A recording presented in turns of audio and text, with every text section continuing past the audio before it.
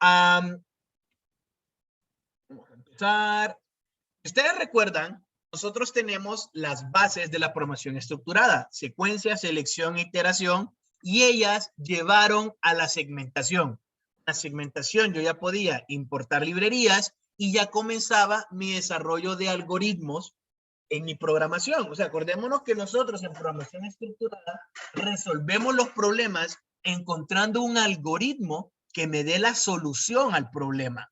Son pasos secuenciales que se van a desarrollar siempre de la misma manera, se van a ejecutar siempre en la misma secuencia y que gracias a la selección y la iteración yo puedo manipular el flujo desde a dónde me estoy moviendo. Pero al final, eso es lo que yo tengo, un algoritmo. Yo planteo mis soluciones pensando en algoritmos. Todo lo que hemos estado viendo ha sido programación en nivel básico. El tema que nos compete a nosotros ahora ya está en el límite entre la programación básica y la programación intermedia. De hecho, a mucha gente no le gusta y hay mucha gente que no lo toma en cuenta y hay mucha gente que no la utiliza. Los lenguajes nuevos, lenguajes de alto nivel, abstraen esta funcionalidad, entonces ni siquiera la gente se la aprende. O sea, la gente no la utiliza porque los nuevos lenguajes ya traen herramientas que se lo abstraen, entonces la implementación es más sencilla. La verdad es que saberlo ustedes les va a permitir mejores programas en cuanto a la eficiencia de los mismos. Hace mucho tiempo, 3, 4, 5 semanas atrás, nosotros hablamos de punteros. Un apuntador es una variable que lo que almacena es la dirección de otra variable. Entonces la variable apunta a otro espacio de memoria. Eso es, ¿ok? Los punteros tienen muchísimos usos. Crean código eficiente y rápido, proporcionan asignación de memoria dinámica, hacen expresiones compactas y concisas, protegen datos pasando como parámetros a una función, en vez de ser paso por valor, es paso por parámetro, proporcionan la capacidad de pasar estructuras de datos mediante un puntero sin ocasionar un exceso de código. Eso se conoce como overhead, ¿ok? ¿Para qué me interesa a mí el uso de punteros? Bueno, a mí me interesa el uso de punteros en la optimización de los recursos. Vamos a comenzar a programar utilizando asignación de memoria dinámica en el nivel más básico. Cuando uno declara una variable, inmediatamente el compilador reserva memoria RAM para ella. Yo digo int pumita, automáticamente se me reservan 16 bits de mi memoria RAM para poder almacenar en pumita un número entero de menos 32.768 a 32.767. Si yo pongo un signet in pumita, siempre voy a reservar 16 bits. Solo que ahora voy a ir de 0 a 65.000 y la madre, ¿ok?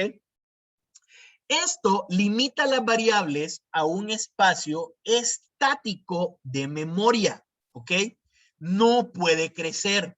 Por eso es que si ustedes declaran como variable entera, por ejemplo, un número de identidad y luego ponen 0801 1993 00574, le va a dar error, porque ese número es mucho más grande que lo que puedo almacenar en 16 bits. Entonces lo que hace la gente es que pone doble identidad. ¿Por qué? Porque el doble sí me permite tener semejante cantidad de números, aunque no sean decimales.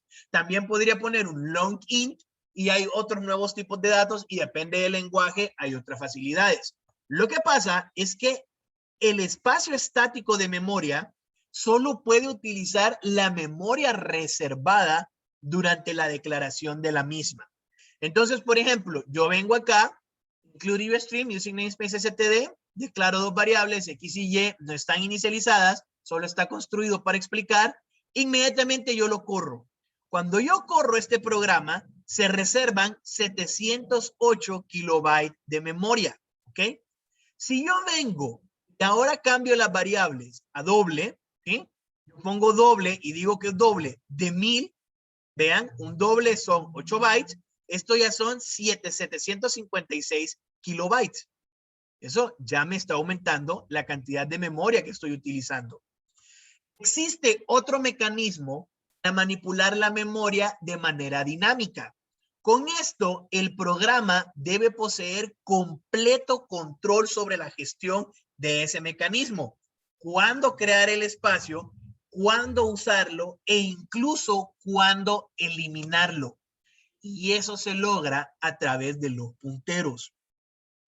Un puntero es un tipo simple, muy primitivo, que permite a un determinado programa acceder a posiciones concretas de memoria y más específicamente a determinadas zonas de la memoria dinámica.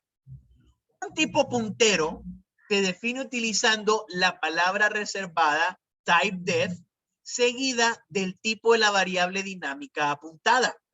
Un asterisco para indicar que es un puntero a una variable de dicho tipo y el identificador que denomina el tipo, ¿ok? Nosotros ya habíamos visto antes que yo podía tener int asterisco definía un puntero, ¿sí? Definamos apuntador, lo que pasa es que en el idioma español, pues esto ya se va complicando un poco, pero yo estoy diciendo acá que yo voy a definir un apuntador a una variable de tipo entero. Por eso se llama pint, o sea, puntero. Typedef int paint, ¿ok? Entonces, si yo tengo un struct, yo tengo una variable llamada persona que tiene nombre, teléfono y edad, yo puedo definir un puntero a ese struct.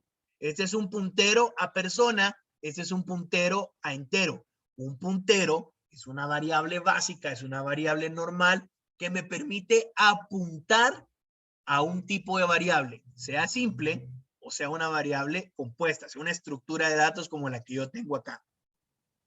La memoria dinámica la debe gestionar el programador, por lo que cuando se necesite crear una variable dinámica, debe solicitarle memoria. Y eso se hace con el operador new, seguido por el tipo de variable dinámica a crear. El operador new realiza dos acciones. Aloja, o sea, reserva espacio en memoria dinámica para albergar la variable y luego invoca al constructor especificado de la variable dinámica. Y aquí quiero tomar una pausa. Constructor es un término de programación orientada a objetos, ¿sí? Constructor es aquel elemento que inicializa el valor de una variable. Pónganlo así, inicializa. Es el que me da el estado inicial, el valor inicial, ¿sí? De una variable. Finalmente, la variable puntero se le asigna el valor de puntero a la dirección de memoria que apunta a la variable dinámica creada por el operador new. Ejemplo, para crear una variable dinámica del tipo persona, definido anteriormente, ¿sí?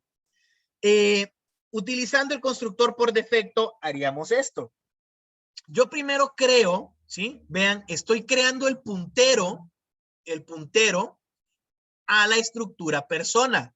Lo que estoy haciendo acá es creando p-persona. Estoy creando puntero persona. Estoy diciendo que puntero persona va a ser una variable que lo que hace es apuntar a una variable del tipo persona. Entonces, puntero es un apuntador. En vez de tener persona asterisco, solo tengo p-persona. Vean, no tengo que ponerle asterisco ni nada. Ahora, ptr, yo puedo utilizar esto como una variable porque ya dije que iba a ser un nuevo tipo de dato. Acá yo estoy diciendo, créeme el nuevo tipo, defíname el tipo p-persona, que p-persona va a ser un apuntador a variables del tipo persona. Entonces, ptr como tal, cuando yo digo p-persona, ptr, es como que yo diga int edad, ¿sí? Como que yo diga string nombre. Cuando yo digo p-persona, ptr, estoy diciendo que ptr es un puntero. ptr lo que guarda es la dirección dinámica de un elemento que se crea en ese instante del tipo persona en memoria RAM. O sea, persona no existe. Si yo digo int x, automáticamente el compilador me reserva memoria para x. Pero cuando yo digo PTR, PTR existe. Hasta que yo le digo nueva persona, me va a crear un espacio en memoria, ¿sí? Me va a crear un espacio en memoria dinámicamente y me va a permitir almacenar nombre, teléfono y edad con parámetros iniciales y lo voy a tener ahí. O sea, esto no existe hasta que yo lo creo. Esa es una ventaja en programación, porque estoy ahorrando memoria. ¿Cómo estás ahorrando memoria si da lo mismo que lo crees aquí a que lo crees aquí? Ya lo vamos a ir viendo, ya lo vamos a ir viendo. De momento sepan eso. El typedef me permite crear un nuevo tipo de variable y estoy diciendo que va a ser un apuntador a la estructura persona. Entonces, PTR es un puntero a persona, así de sencillo. Y para crear una nueva instancia de PTR, para crear un elemento de persona, pues yo le digo, PTR, apúnteme a una nueva persona. PTR es igual a new persona. Posteriormente, tras manipular adecuadamente y según las características del programa, esa memoria que yo tengo alojada en parte dinámica, llegará un momento en que ya no la necesite y el tiempo de vida llegue a su fin. Entonces, tengo que eliminar esa variable. Entonces, utilizo el operador delete para eliminar ese puntero. Entonces, veamos. Aquí digo, empiezo mi programa. Creo un puntero del tipo persona, ¿sí? Ahora creo la variable dinámica. Primero creo creación automática de la variable PTR, creo la variable, creo el apuntador. Ahora creo la variable dinámica, creo la persona que no existía y la estoy creando de manera dinámica. Vean, acá yo no reservé espacio para una persona. Acá ya estoy usando espacio para una persona. Comienzo, digo que se llama Pepe, no recuerdo qué era esto y creo que esto era la edad. No recuerdo, era el teléfono es la extensión 111, tiene una edad de 5 años, de seguro está en una guardería, está en una cuna, no me interesa, pero cuando ya no lo necesito, yo lo elimino. Si yo digo delete PTR, destruyo esto y se libera memoria RAM. ¿Ok? ¿Cómo desreferencio un puntero? Para acceder a una variable dinámica apuntada por una variable del tipo puntero, se utiliza el operador unario asterisco, precediendo al nombre de la variable del tipo puntero a través de la cual es apuntada. Por ejemplo, si PTR es una variable local de tipo puntero que apunta a una variable dinámica de tipo persona, entonces asterisco PTR es la variable dinámica apuntada. What the fuck, ¿qué estás diciendo? Bueno, PTR es esto de acá, ¿sí? PTR es esto de acá y PTR lo que hace es que está apuntando, acuérdense que esto lo que guarda es una dirección, es un puntero.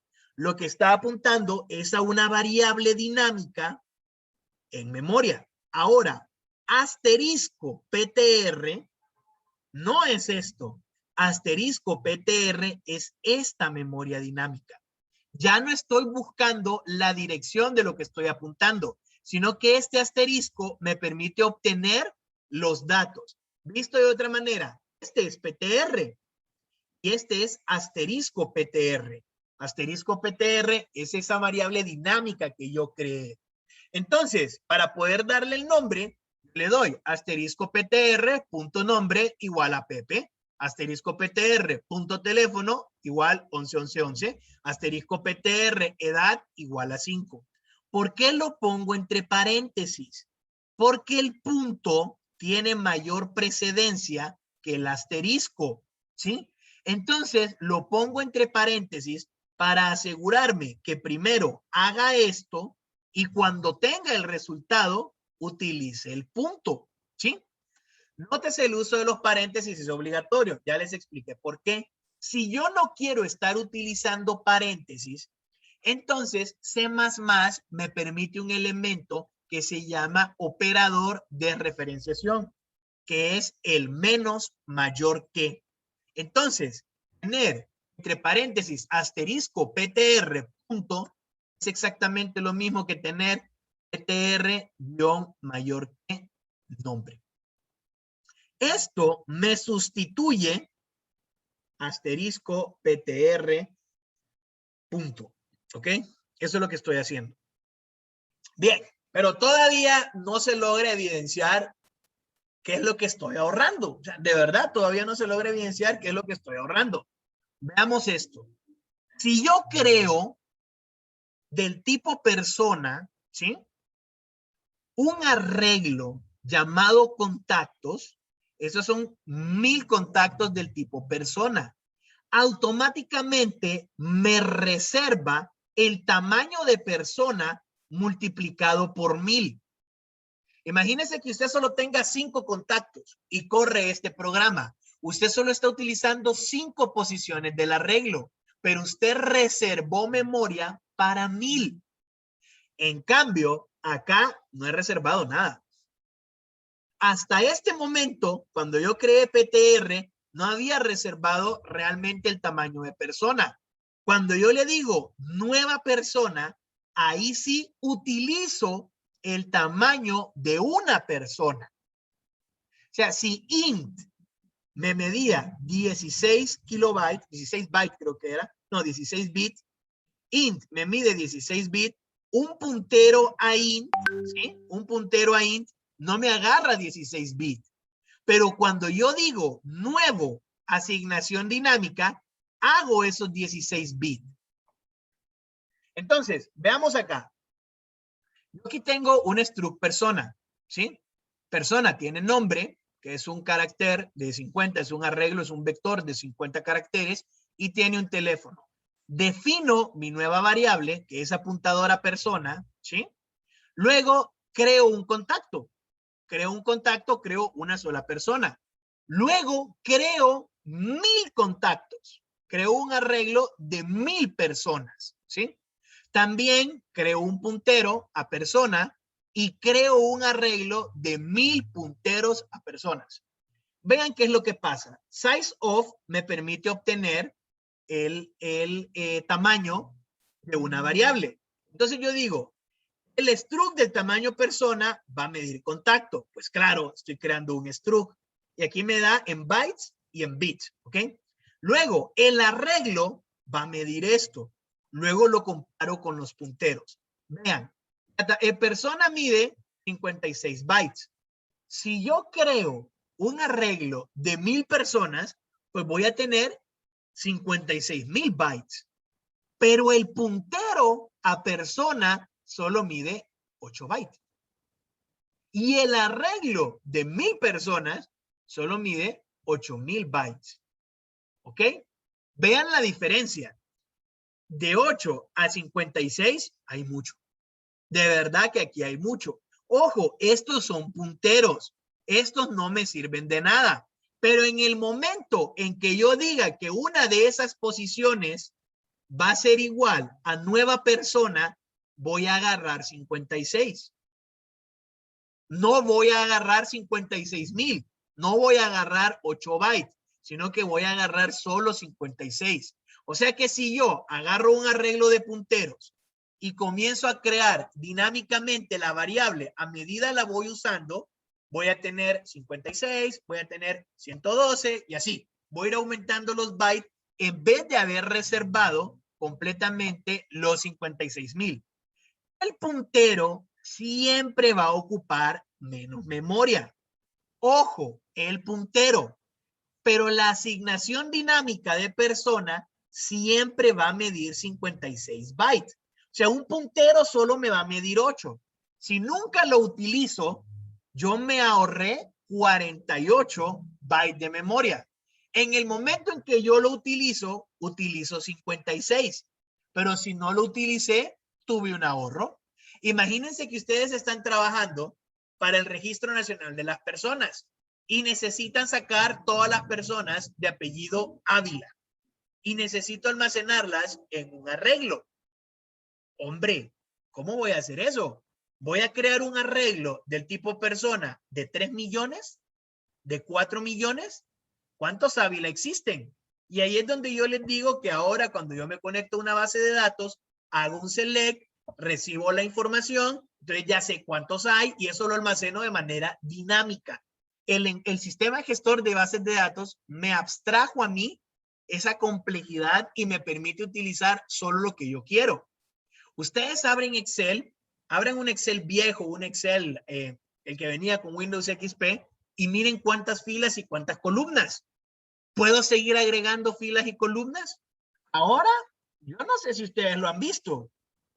Vamos a agarrar Excel. A Excel, usted comienza, ¿sí? Usted comienza, es una pregunta que se hacía en los BTP de informática. ¿Cuál es la última fila y cuál es la última columna? Miren, tengo la fila acá, 1.048.576. Mi pregunta es, ¿puedo agregar una nueva? O sea, usted ahorita viene, le da clic acá, le da a insertar. Oh, ¿qué pasó? 576, 576. ¿Puedo agregar más? ¿Puedo agregar? No, no puedo. Si yo estoy utilizando Excel para una base de datos de personas, después de 1.048.575, porque la primera la voy a utilizar de rótulos, yo no puedo seguir agregando personas. ¿Se habían dado cuenta ustedes de eso? Esta es una matriz que ya me tiene un tamaño, ya tiene un tamaño específico. Y nunca lo habían visto, pues sépanlo. Lo mismo con las columnas. La pregunta es, ¿podré agregar otra columna a partir de esta? No, no me deja. ¿Qué pasa si yo necesito más columnas? Mi hoja de cálculo no funciona. Ya ni modo, ya no puedo hacer más. Definitivamente ya no puedo hacer más. Entonces, ustedes lo que hacen o lo que han venido haciendo es que reservan un número muy grande porque dicen, no va a llegar hasta ahí. Pero al final eso me desperdicia memoria.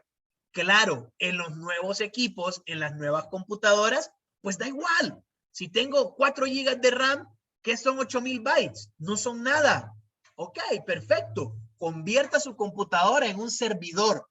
Conecte 1.000 personas y que las 1.000 personas quieran hacer una consulta. Bienvenidos sistemas de matrícula. Colapsan. Colapsan. No puedo albergar semejante cantidad de memoria estática para cada usuario porque mi sistema se vuelve completamente ineficiente. Bienvenidos sistemas de correos, bienvenidos sistemas de banca en línea. ¿Cuántas personas están accediendo de manera concurrente? ¿Y cuánta memoria estoy yo apartando para cada concurrencia, para cada usuario? Definitivamente tengo que buscar la manera más eficiente para mis códigos. La gente dice, cambie de equipo, compre una computadora más cara. Sí, vamos a pandemia, tenemos que recibir clases en línea. Compre una nueva computadora. Pues si usted la puede comprar, felicidades si puede, pero ¿y si no puede? Necesita correr esta aplicación, necesita correr Zoom, necesita correr Google Meet, necesita correr Microsoft Teams. Bueno, pero ¿y cómo están programados? ¿Cuánta memoria necesitan? Y ahí, pues ya así empezamos a ver en la importancia de la asignación de memoria de manera dinámica. Un puntero puede apuntar a null. O sea, acordémonos que la computadora no piensa. Forzosamente yo necesito estar apuntando a algo. En un inicio yo no estoy creando nada. Cuando yo creé mi puntero no estaba apuntando a nada. No estoy reservando memoria de ninguna forma. O sea, persona mide 56 bytes. Mi puntero solo mide 8 bytes, ¿sí? En cuanto yo le diga nueva persona, voy a asignar 56 bytes de manera dinámica. Pero de momento, ¿a quién está apuntando? ¿Qué es lo que está haciendo? Bueno, un puntero puede apuntar a null. Esto significa que puede no estar referenciado un espacio de memoria, pero existir. Y aquí viene lo más bonito. Un puntero puede apuntar a otro puntero. Y esto nos lleva, o sea, todo esto que he dicho solo es el inicio para el siguiente tema que nosotros tenemos que tratar. Las listas enlazadas. Una de las principales aplicaciones de la memoria dinámica es el uso de estructuras de datos que se enlazan de manera dinámica, de tal manera que un campo, o sépanlo, váyanse metiendo este concepto desde ahora, atributo de la variable dinámica, es también un puntero, por lo que ese puntero puede apuntar a otra variable dinámica que también tenga un campo del tipo puntero que puede apuntar a otra variable dinámica y así sucesivamente tantas veces como sea necesario hasta que al final haya un puntero con el valor de null que indique que he llegado al final. Veámoslo acá. Yo aquí tenía P persona, contactos y tenía 1000 contactos. Ya sabemos cuánta memoria se reservaba. 56,000, ¿ok? 56,000. Pero yo aquí creo un apuntador a persona. Estos solo son 8. Inicialmente, ese puntero está apuntando a null. En el momento en que yo creo una persona, yo reservo 56 bytes de memoria dinámica y hago que mi puntero, en vez de apuntar a null, apunte a ese espacio de memoria dinámica. Si a este puntero yo le agregué un puntero adentro, entonces el puntero de esa persona está apuntando a null. Yo creé un contacto usando punteros y estoy utilizando 56 bytes. Si yo hubiera estado usando mi arreglo de contactos, estoy usando 56,000. Digamos que tengo que agregar un nuevo puntero. ¿Ok? Tengo que agregar un nuevo contacto. Entonces, yo vuelvo a crear un espacio dinámico de persona. Y le digo a este puntero, en vez de apuntar a null, apunta al nuevo espacio dinámico de memoria. Y que ese nuevo espacio apunte a null. Entonces, mi puntero inicial apuntaba a este espacio de memoria. Y este espacio de memoria ahora apunta a este espacio de memoria. Y este espacio de memoria ahora apunta a null. En esta lista enlazada que he creado, yo solo estoy utilizando 112 bytes. Significa que si yo tengo dos contactos usando punteros, solo necesito 112 bytes. Si yo hubiera utilizado un arreglo y decir contacto en la posición 0 es Pepe y contacto en la posición 1 es Juan, hubiera seguido usando 56,000 bytes. Eso es el uso de memoria dinámica. La memoria crece a medida crece la lista enlazada, lo que me da dos grandes ventajas. En primer lugar, ahorro memoria. Y en segundo lugar, mientras tenga memoria RAM, puedo seguir agregando elementos. Regresemos a Excel. Regresemos a Excel. Yo tengo esta hoja electrónica. ¿Sí?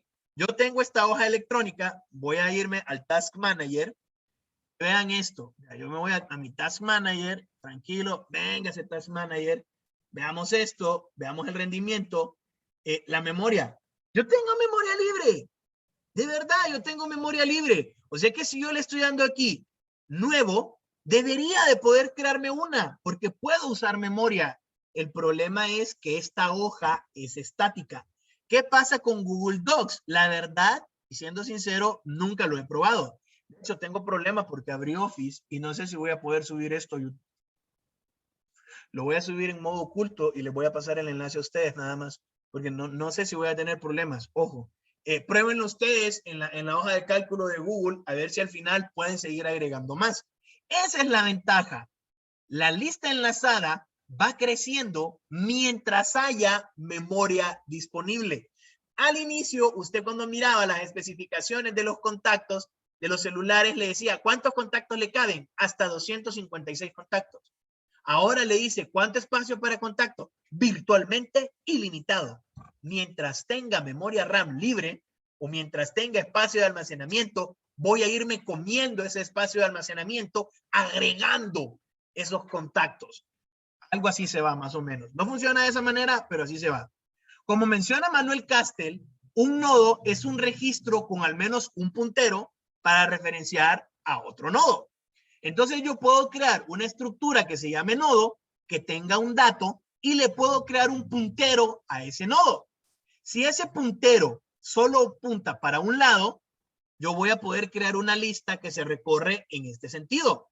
Pero si yo tengo dos punteros, anterior y siguiente, voy a poder crear una estructura doblemente enlazada. Vamos despacio. Depende de la cantidad de punteros que tenga el nodo, la estructura de datos que puede construirse. Si poseo un puntero, puedo implementar una lista enlazada. Si poseo más de un puntero, puedo hacer listas múltiplemente enlazadas, puedo hacer árboles, puedo hacer grafos, puedo hacer árboles normales, binarios, de búsqueda binaria autobalanceada, árboles ABL, árboles rojo-negro, árboles AA, árboles de segmento, árboles B de búsqueda, árboles B+, árboles B asterisco. ¿Okay? Podemos utilizar las listas enlazadas para optimizar estructuras de datos, como pilas y colas cuando hay un solo puntero, o como listas múltiplemente enlazadas, árboles y gráficos cuando hay más de un puntero. Una pila es una estructura de datos donde el primer elemento en entrar es el último elemento en salir. Cada nuevo nodo se agrega sobre el anterior y al vaciarse saco primero los últimos, como por ejemplo nuestro desayuno de campeones. Si yo quiero tomar este panqueque, tengo que quitar todos los que están encima. Y alguien va a querer pasárselas de vivo y va a decir, levántelos. Pues sí, claro, para poder acceder a este, tengo que deshacerme de todos estos. El primero en entrar es el último en salir. Y esa es una desgracia. Entonces, yo tengo el nodo 0. Creo un nuevo nodo, es nodo 1. Creo un nuevo nodo, viene el nodo 2. Si yo empiezo a sacar los elementos por acá, el primer elemento en salir fue el último en entrar. Y el primer elemento en entrar va a ser el último en salir. Si tengo dos punteros, pues yo puedo recorrer en cualquier sentido la lista enlazada. Vamos a ir viendo eso. Tranquilos, de momento solo es teoría. Las colas, por otro lado, son estructuras de datos donde idealmente el primero en ingresar a la cola es el primero que va a salir. Y los nuevos nodos que yo estén metiendo, pues se van colocando, ¿qué hace una pelota ahí? Se van colocando ordenados detrás de él. Esa es una cola. El primero se va desplazando y yo lo voy sacando por este lado, pues hombre, el primero que entró va a ser el primero en salir, idealmente. En esta página que yo les había colocado a ustedes de OpenLibra, hay un libro que se llama Fundamentos de Programación con el lenguaje de programación C++. Ese libro tiene una buena parte, una buena teoría sobre cómo implementar y cómo utilizar listas enlazadas. Es bastante interesante, es bastante bonito. Si lo quieren leer, léanlo. Les digo, esto es lo último de la programación básica. Es el inicio de la programación intermedia que vamos a ver nosotros. Pero ahí vamos. Ahora, consideremos esto. Las y colas, cuando las listas enlazadas son simples. Vamos a ver el comportamiento de la inserción de nodos en una estructura de datos del tipo lista enlazada simple. Si la pila o cola dependerá no solo de la inserción, sino de dónde nosotros sacamos ese nodo. Vamos a suponer que estamos obteniendo las ventas diarias de una empresa X. Como no haremos consulta a una base de datos, lo que se debe hacer es leer el código del producto, cantidad de unidades de ese producto que se lleva y el precio del producto. Y con ello vamos a calcular el total. Se registra la venta de cada producto con sus diversas unidades, no la venta total.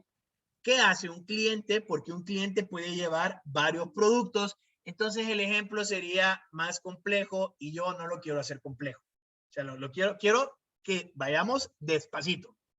Por ejemplo, si el cliente XYZ lleva 3 productos diferentes y el cliente WSX lleva 2 productos diferentes, lo que tenemos en la lista enlazada van a ser 5 nodos. Cada una de las ventas que lleva el primer cliente y cada una de las ventas que lleva el segundo cliente. O sea, no me interesa el cliente, me interesa lo que estoy vendiendo en cada cosa. O sea, si esta persona lleva una hamburguesa, una pizza y qué sé yo, un espagueti, es una sola factura. Y dentro de su factura están las 3 cosas. Idealmente, esto es lo que yo debería de almacenar.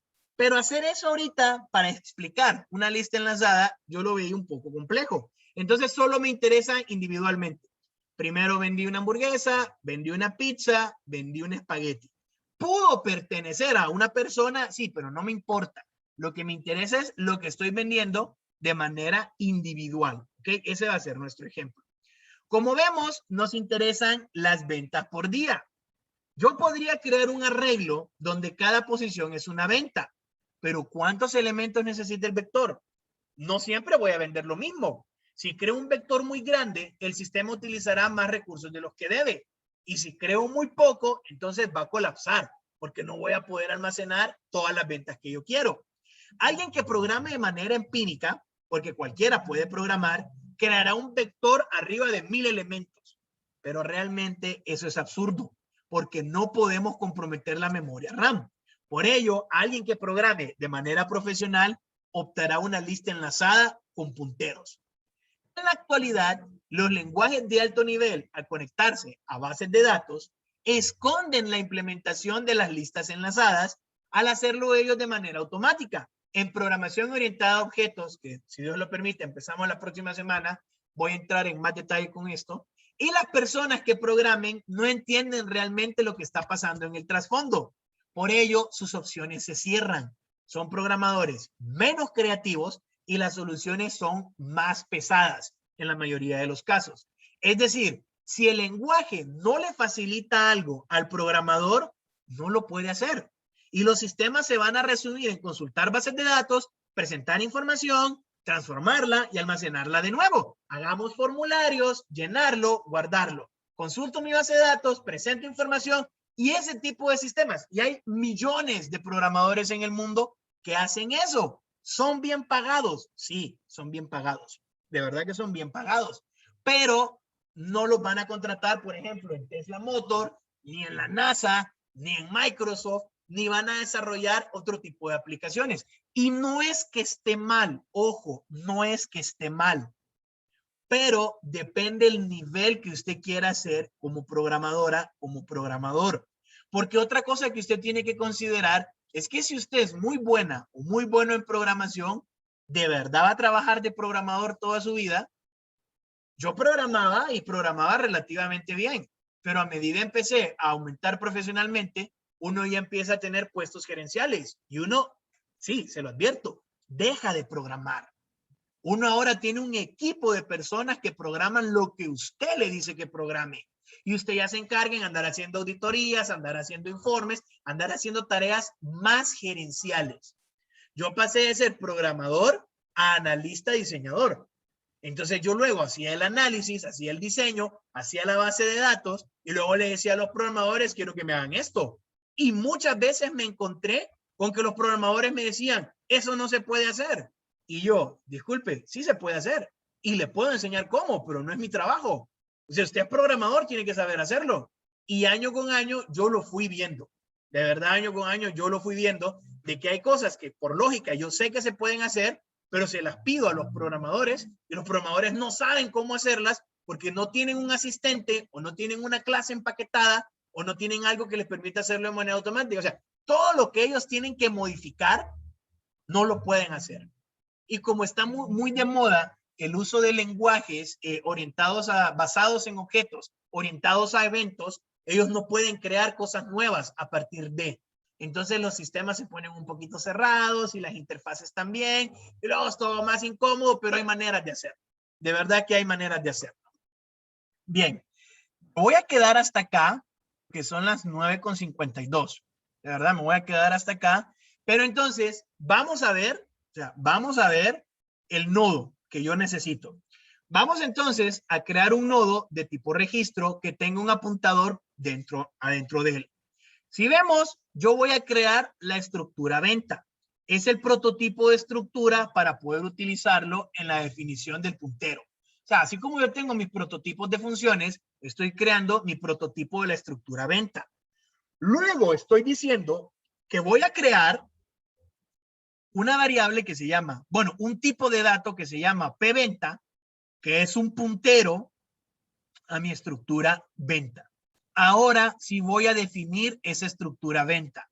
Adentro va a tener un código y va a tener cantidad, código del artículo, cantidad de artículos que está llevando, el precio de ese artículo y el total de la venta.